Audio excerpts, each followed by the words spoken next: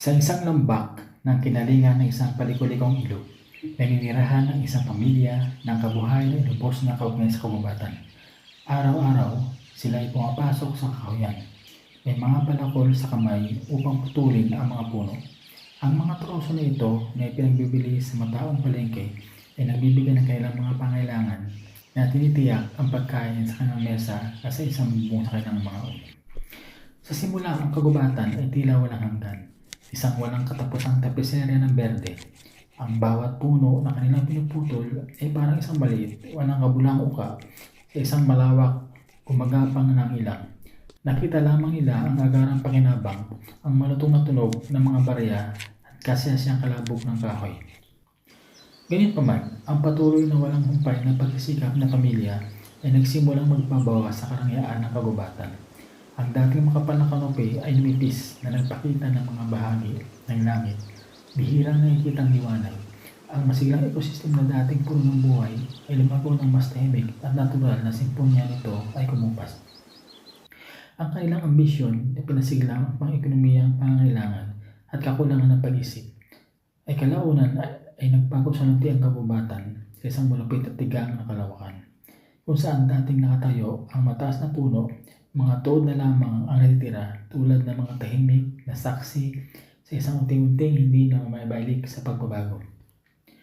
Isang masaklap na hapon, dumilim ang langit na may isang masamang tindi, isang bagyo na hindi pa nila nasasaksihan.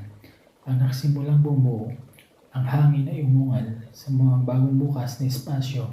Ang unang patak na ulan ay bumagsak, mabigat at walang umpay na mapahiwatig na simula na mabigat na tugon ng kalikasan. Ang ulan ay bumuhos ng walang tigil na binabayo ang banayan na ilog sa isang nangangalit na agos.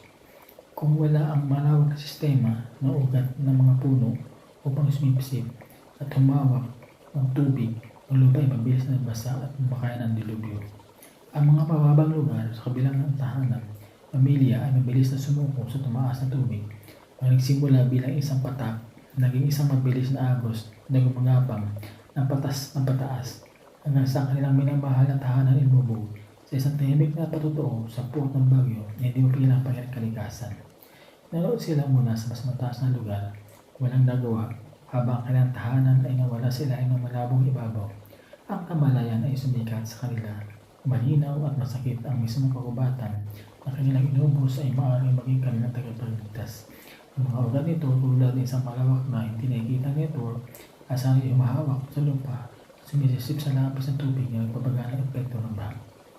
Ang moral ng kanilang nawasak na karanasan ay malinaw na nakaukit sa tumaas na antas ng tubig. Ang bawat aksyon, lalo na ang may kinalaman sa ating kapaligiran, ay nagdadala ng mga kahinatnan. Ang panandaliang pakinabang ngayon ay maaaring humantong sa matagal na pagturusan ng bukas. Wow! Natutunan nilang tunay na kayamanan ay hindi nakasalalay sa kung ano ang ating kinukuha, ngunit sa kung ano ang ating pinaanatili.